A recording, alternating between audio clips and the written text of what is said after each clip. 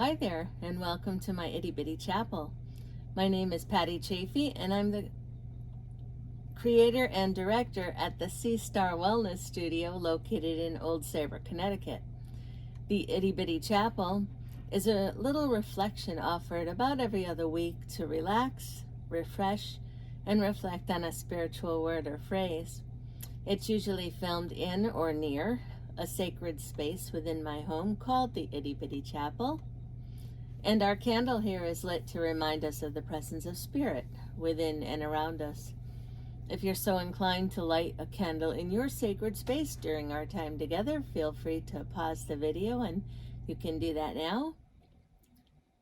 The question for reflection today is, what do you want? Success is getting what you want. Happiness is wanting what you get. Dale Carnegie. And those two things are not always the same, are they? For the longest time, much of my life, I used to think the goal was to do the right thing that God wanted me to do. I trusted the Great Spirit to guide me, always seeking to do God's will.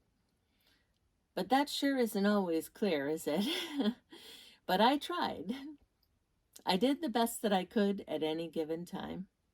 That's all we can ever do, right? Create a life well lived.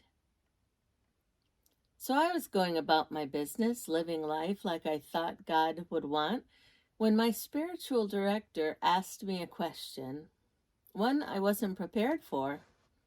Spiritual directors do that. They ask the questions we won't ask ourselves. They ask the questions that make us think, the questions that make us dig deep.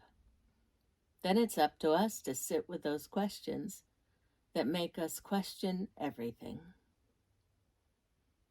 The question she asked me was, what do you want? What do you want? I looked at her and thought, are you talking to me? Someone actually wants to know what I want? Who asked that question? As I thought about it, I couldn't remember the last time someone asked me this question. In earnest, like they really wanted to know, and had the patience to wait for a response. I have to think before I respond, a lovely trait of the introvert. We're a reflective lot. I mean, yeah, I've been asked, do you want cheese on that burger? Of course, doesn't everyone? Or from my mom, she'll ask, so what are you doing this weekend? A totally loaded question, if ever there was one, and I never answered too quickly.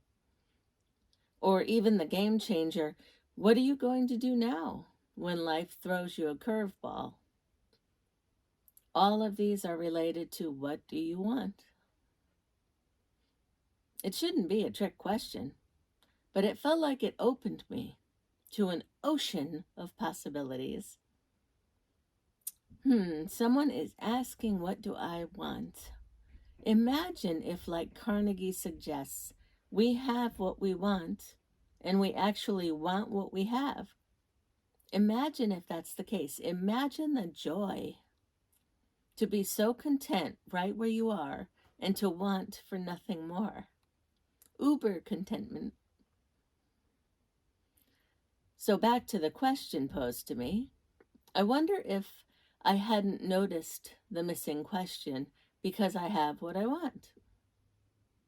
And in a perfect world, what I want is what God wants for me. I kicked that around a bit as well. I'm under the impression that God puts desires within us, our talents, our gifts, whatever you call them. And it's up to us how we use them, or if we use them at all. Writing comes to mind, as I've worked with emerging writers since 2007, creating a writing life retreats. And one thing I've come to believe is that there are a bazillion writers out in the world, and most of us know someone who is a writer or who wants to be. The difference is some take action and some just keep wanting. So much untapped potential. Imagine the untapped joy. I've spent much of my life asking the question of others, trying to help them and fulfill their wants and needs. Parents, kids, spouses, friends, coworkers, just trying to be a good human being. Isn't that what we're here for? But maybe there's something more. So think about the question, what do you want? I promise to keep you in prayer every day of this mysterious life. And if this message spoke to you in some way, feel free to share it with others. And until next time, may God bless you in every way you need. Namaste.